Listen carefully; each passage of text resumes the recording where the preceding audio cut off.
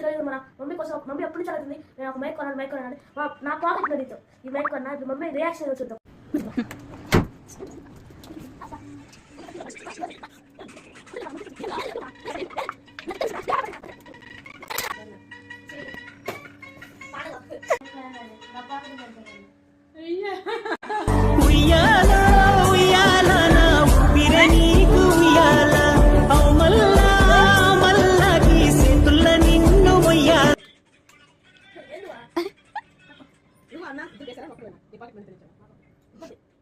Expect చేయలేదు. Videos తీసేటప్పుడు నాకు మైక్ కావాలని చాలా అనుకుంటున్నాను నేనే, కానీ నా కొడుకు నాకు మైక్ ఇచ్చాడంటే